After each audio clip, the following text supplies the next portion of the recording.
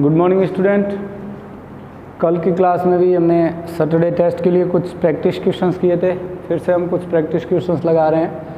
तो questions number first आज के लिए हम शुरुआत करते हैं। क्वेश्चंस नंबर फर्स्ट से क्या कहता है क्वेश्चन नंबर फर्स्ट आपको, the mass of one atom of hydrogen is approximately the mass of one atom of hydrogen is approximately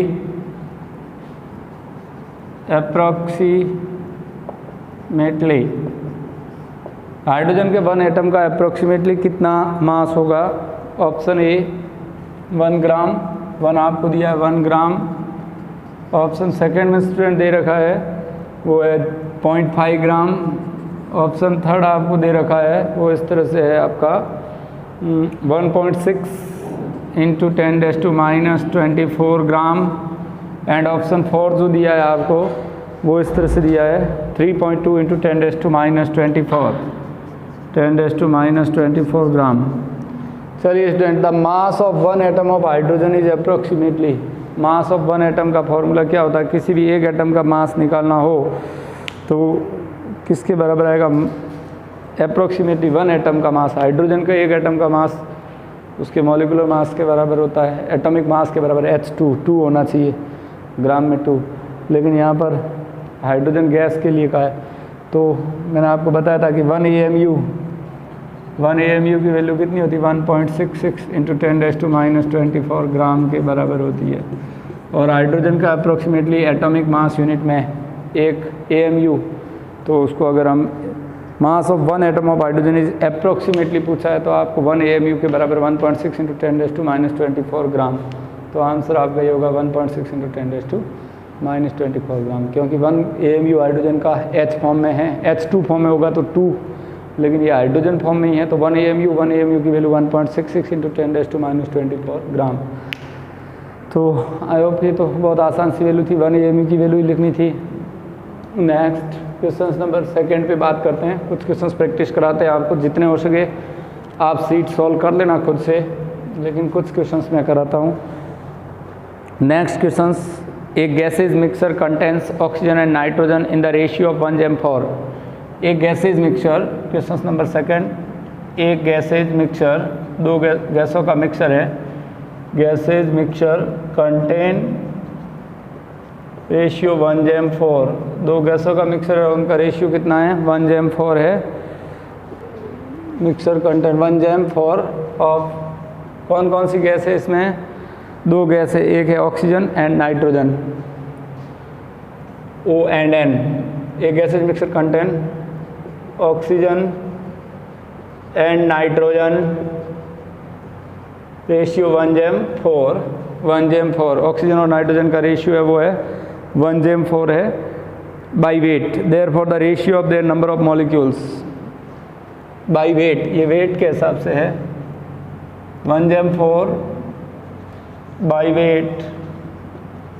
ये वेट के रेशियो दिए है, आपको कह रहा है कि therefore the ratio of number of molecules is the ratio of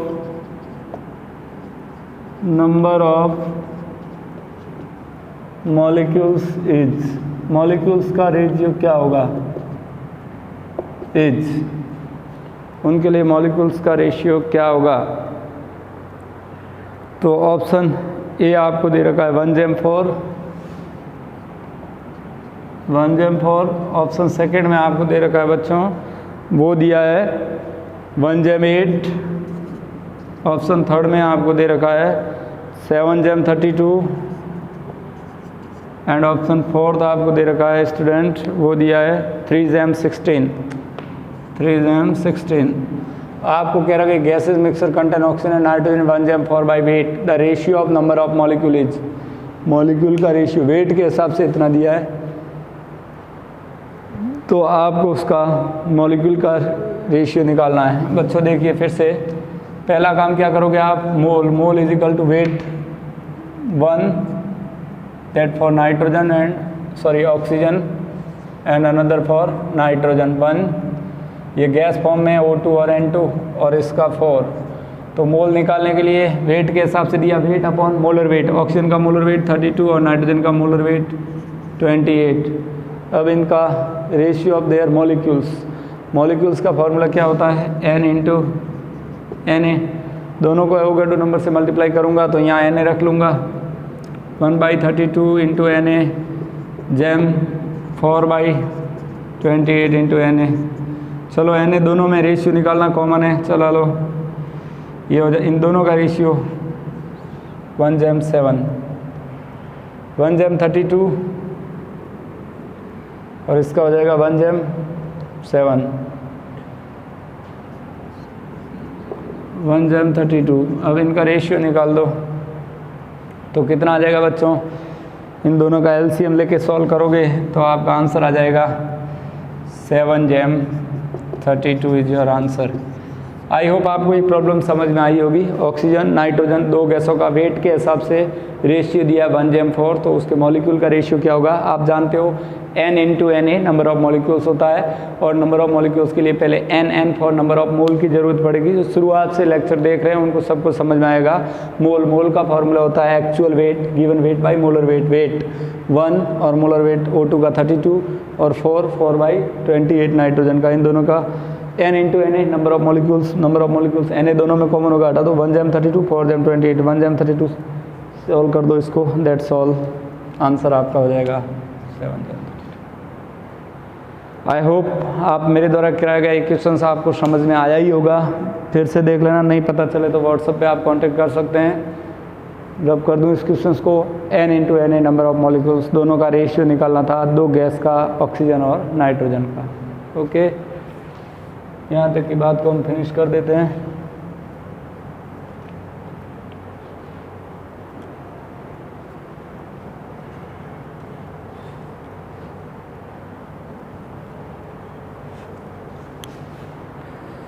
next problem पे जाते हैं बच्चों। 0.6 gram of carbon was burned in the air to form CO2, the number of molecules of CO2 introduced into the air will be. 0.6 gram of carbon was burnt into the air. Question number 3rd, 0.6 gram of carbon, बच्चों ध्यान देना, 0.6 gram of carbon was burnt, carbon was burnt, BURNT, burnt। इतनी carbon burn होती है, burn का मतलब जलाना, दहन करना, कंबसन करना। burnt in the air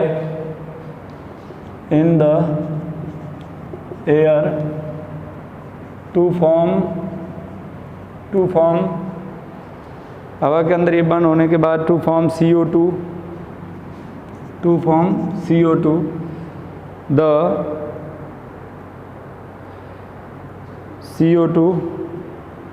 number of molecules of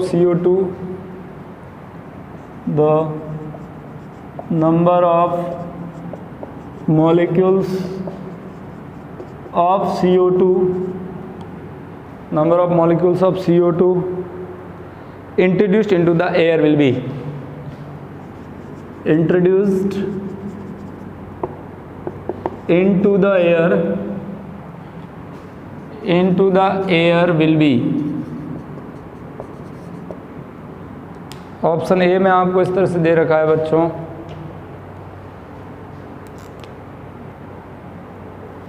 option A में दिया 6.02 10⁻23, ऑप्शन 1 दिया Na के बराबर 6.02 10⁻23, ऑप्शन 2 आपको जो दे रखा है वो इस तरह से 3.01 इंटू 10⁻23, ऑप्शन 3 आपको दे रखा है वो इस तरह से है 6.02 इंटू 6.02 इंटू 10⁻22,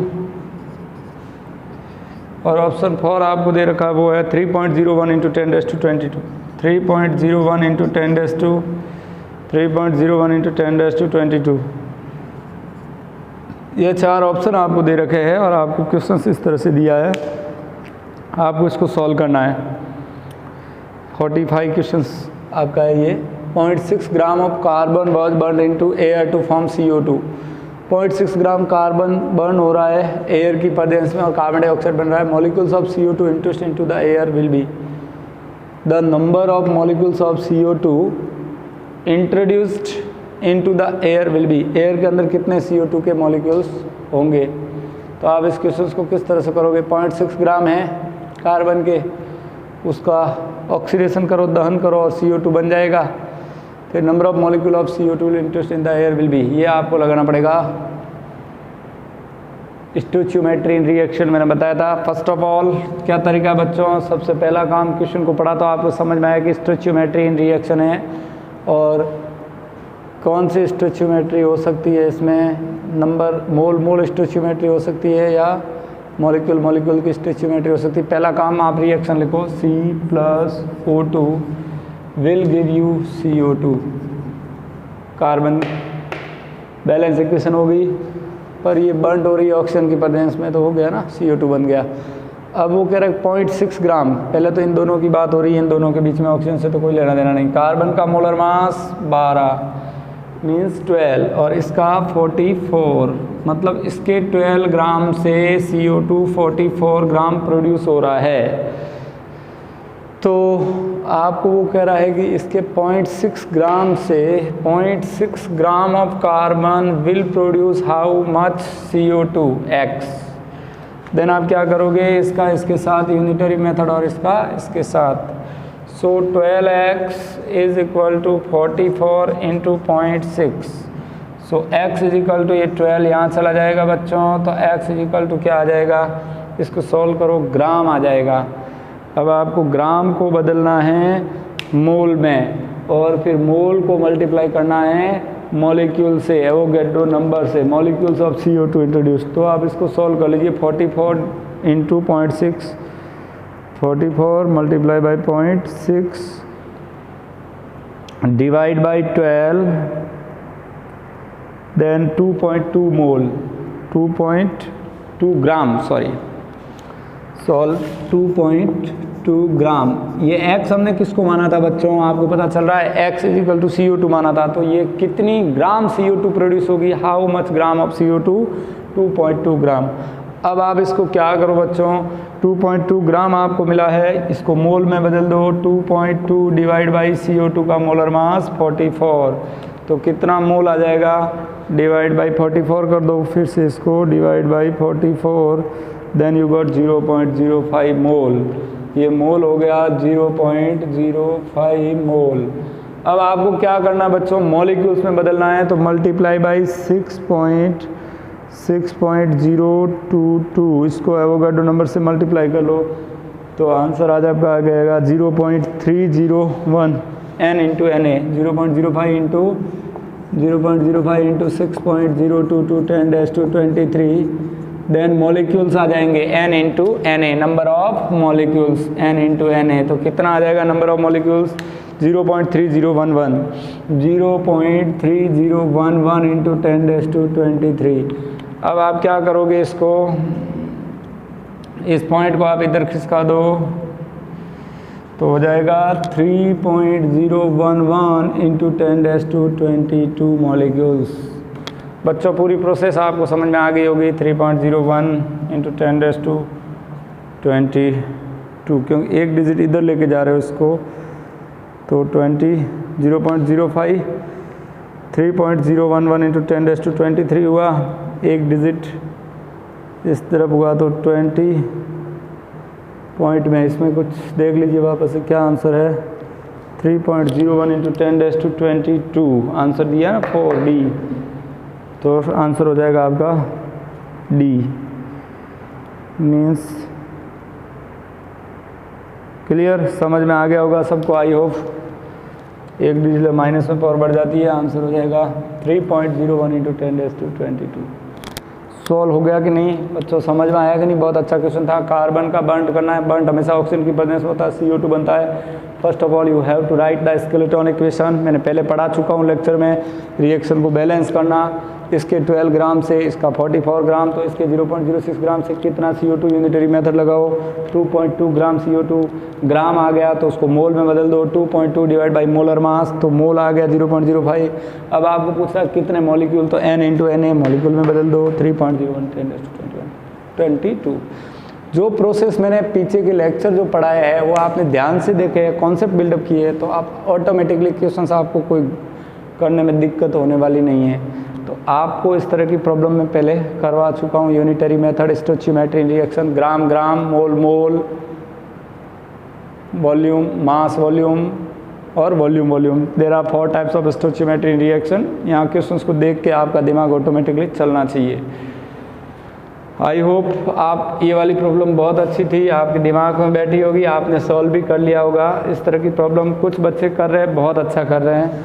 बाकी के जो बच्चे नहीं कर रहे वो शुरुआत से लेक्चर देखें, अदरवाइज़ बार बार उसको वीडियो को देखो। आप कहीं समझ में नहीं आ रहा तो मुझे फिर से डाउट पूछो। लगभग हमारे जो भी पूरी क्लास है उसमें से 10 स्टूडेंट कंटिन्यू कांटेक्ट में डाउट पूछ रहे हैं, क्वेश्चंस कर रहे हैं, बाकी के बच्चे नहीं कर रहे हैं। बेटा अभी ये कंडीशन ऐसी चलने वाली है कोरोना की वजह से, लेकिन आप क्वेश्चंस नहीं लगाओगे, पढ़ोगे नहीं तो प्रॉब्लम आएगी नहीं। और आप प्रॉब्लम पूछ नहीं रहे हो इसका मतलब आप नहीं पढ़ रहे हो, साफ पता चल रहा है। तो आप खुद का नुकसान कर लोगे। इसलिए रेगुलर आप रोज़ का रोज़ पढ़ते रहिए बेटा, रोज़ का टॉपिक रोज़ कवर करिए। 1 को 2 बार देखिए, 3 बार देखिए, आपका और कॉन्सेप्ट क्लियर होगा। बुक में भी पढ़िए, NCERT आपके पास है, DPPs आपको दे रखी है 1-2 चैप्टर की। हो सकता है 1 और 2 चैप्टर हम फिनिश करें। अभी ये फर्स्ट चैप्टर फिनिश हो चुका है, खाली एक ही बात रही है इसमें, normality, molarity, molality, mole fraction, N1V1 = N2V2, ये 2-4 टॉपिक, और लॉ ऑफ केमिकल कॉम्बिनेशन। एक आध टॉपिक बाकी है, मैं रोक रखा है, टेस्ट हो जाए आपकी परफॉर्मेंस क्या है उसके लिए मैं ये रोक रखा है हमने। चलिए नेक्स्ट क्वेश्चन पे आगे बढ़ते बच्चों। एक इलेक्ट्रिक बल्ब, हाँ ये क्वेश्चन किसी ने पूछा भी था शायद मेरे को थोड़े दिन पहले डाउट में। एक बच्चा है, कोई नाम पता नहीं, गढ़वी, वेरी गुड, पूछा था उसने। और भी बच्चे पूछ रहे हैं, तो इसका मतलब डाउट सॉल्व करिए आप। ए इलेक्ट्रिक बल्ब, क्वेश्चन इस तरह से है।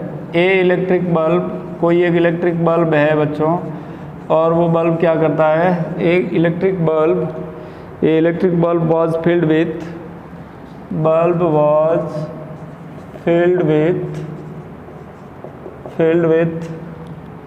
a electric bulb was filled with 100 cc of argon gas, 100 cc of argon gas, 100 cc of argon gas जिसका atomic mass 40,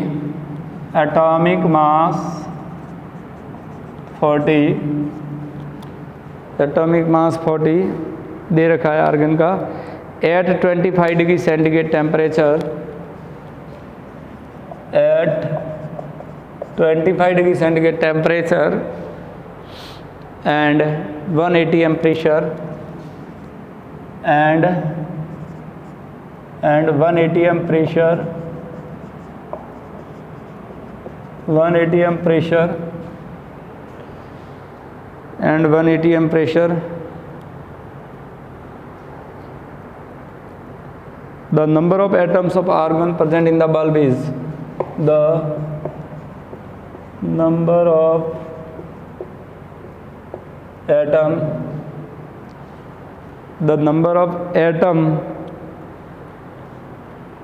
of argon present in bulb is, the number of atom of argon present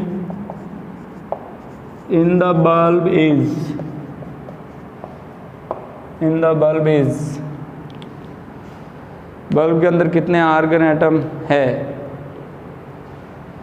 तो हम क्या करने वाले बच्चों, option number 1 क्या करेंगे, 40,000 atom है आर्गन के इसके अंदर,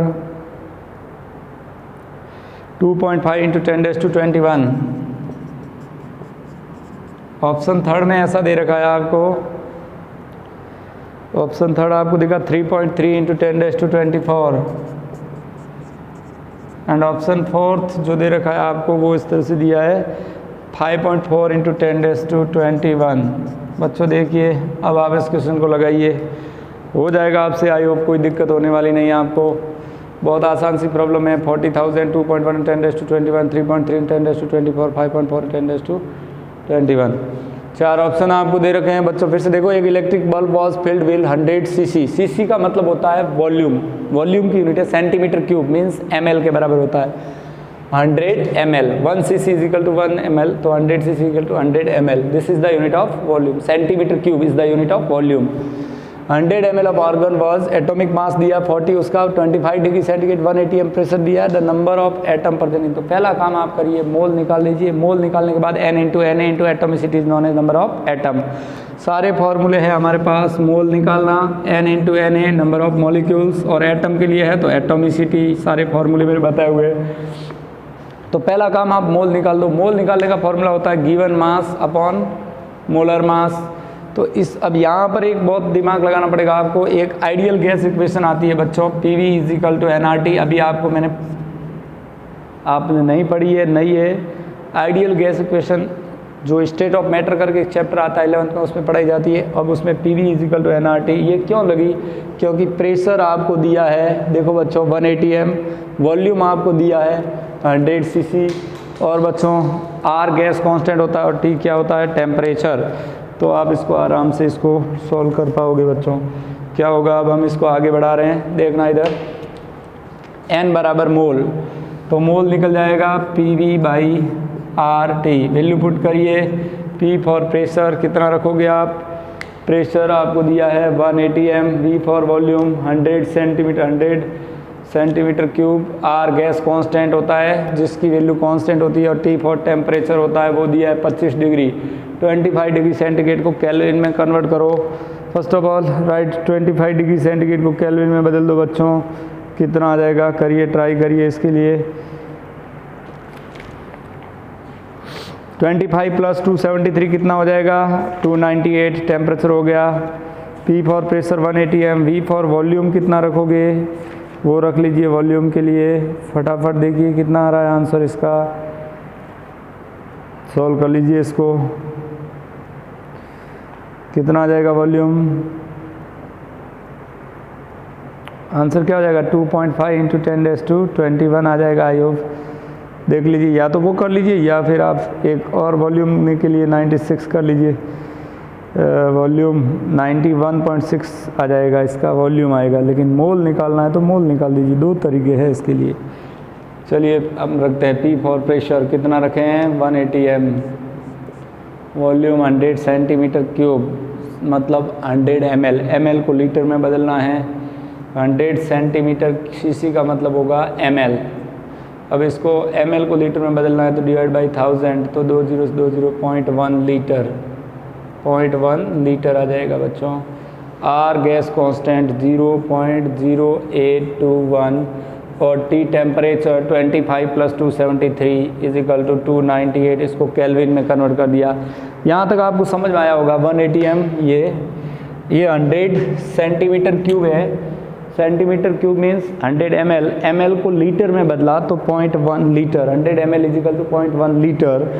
R गैस कांस्टेंट है, जिसकी वैल्यू कांस्टेंट होती है 0.0821, और T फॉर टेम्परेचर 298, तो मोल मिल जाएगा। ऐसे भी आप निकाल सकते हो। और भी तरीका, एक स्टेट ऑफ इक्वेशन की इक्वेशन आती है P1 V1/T1 is equal to P2 V2/T2 से आप V2 निकाल दोगे, उससे भी हो सकता आपको वॉल्यूम आ जाएगा, और फिर वॉल्यूम से आप मोल निकाल सकते हो। तो और ये शॉर्टकट तरीका है सीधा। तो आप इसको सॉल्व करो। 1 × 0.1 डिवाइड बाई 0.0821 डिवाइड बाई 298। बच्चों कितना आंसर आ जाएगा आपका? 0.00408। देखिए मोल कितना आ जाएगा? 0.00408 ऐसे, और मोल आ गया। अब आपको पूछा क्या है? Number of atom n into Na। Argon की atomicity, argon inert gas atomicity 1 होती है, तो अब क्या होगा? n into Na। n बराबर मोल, इसको लिख लो 0.0048408 मल्टीप्लाई बाई 6.022 × 10⁻23। आपको आंसर मिल सकता है। देखिए ट्राई करिए, मल्टीप्लाई बाई 6.022 10⁻23 से इसको मल्टीप्लाई कर लीजिए। 6.022 इज इक्वल टू आ जाएगा आपका 2 डिजिट तक इधर ले जाओ तो 0.0246 इंटू 10⁻23। अब इस पॉइंट को हम क्या करते हैं बच्चों, इस डेसिमल को हम यहाँ से 2 डिजिट तक लाते हैं। 2.46 इंटू 10⁻23 इंटू 10⁻⁻2 मीन्स आपका आंसर हो जाएगा 2.46, मतलब राउंड अप कर ले इसको 2.5 इंटू 10⁻21। देखिए अब आंसर है कहीं 2.5 into 10⁻21, 2.5 into 10⁻21। That's all. I hope आपको प्रॉब्लम समझ में आई होगी। P V is equal to N R T, so N is equal to P V by R T and P is the pressure 180 m, V is the volume in litre. Here 100 cc means 100 ml, 100 ml में volume कितना 0.1 litre, ml को litre में convert कर लो। R एक gas constant होता है जिसकी value अलग अलग यूनिट में डिफरेंट होती है। यहाँ पर 0.0821 लिया और T for temperature in Kelvin, Kelvin में 25 degree centigrade is equal to 298 Kelvin. All the values put कर दीजिए, आपको मोल मिल जाएंगे 0.00408। सिग्निफिकेंट कर लीजिए। N into Na number of molecules या नंबर ऑफ एटम। आर्गन की एटोमिसिटी, नंबर ऑफ एटम के लिए formula N into Na into atomicity. So organ is inert gas, atomicity 1, तो 1 into mole into Avogadro number and round up करो, significant करो, answer पाओ। आपका answer हो जाएगा सेकंड। बच्चों आई होप आपको समझ में आया होगा मैंने क्या किया है। ये क्वेश्चंस बहुत अच्छी प्रॉब्लम है, थोड़ी फाड़ू वाली प्रॉब्लम है मेरी लैंग्वेज में कहे तो। आपके लिए इनिशियल स्टेज पे जो ये बात कर रहे हैं हम, सारे क्वेश्चन एंट्रेंस के हैं, थोड़े हार्ड लेवल के हैं, जी नीट लेवल के क्वेश्चन है, तो थोड़ी सी दिक्कत हो सकती है, लेकिन आप ट्राई करोगे तो ज़रूर आप सक्सेस हो जाओगे। ओके स्टूडेंट्स, आज की बात को यहीं समाप्त करें, 2-4 प्रॉब्लम और करें। 2 दिन और है आपके पास, अभी फ्राइडे कल का दिन है। मैं 5 क्वेश्चन कराता हूँ, आप 25 करिए, इसी प्रिंसिपल को फॉलो करिए। हमारा क्या, मैंने 5 क्वेश्चन यहाँ लगाए, आप उसको 25 में बदल दीजिए। 5 को 25 में बदलिए, डॉक्टर बन जाओगे। फ्यूचर डॉक्टर हो, हकीकत में डॉक्टर बन जाओगे। और बनना ही है आपको डॉक्टर, क्योंकि साइंस की फील्ड में आए हो तो डॉक्टर या इंजीनियर बनना है। IIT जैसा एग्ज़ाम क्रैक करना है तो आपको क्वेश्चंस तो लगाने ही पड़ेंगे। More and more problem, skill आएगी, लक्ष्य मिल जाएगा, टारगेट हासिल हो जाएगा। ओके थैंक्स बच्चों, फिर मिलता हूँ मैं।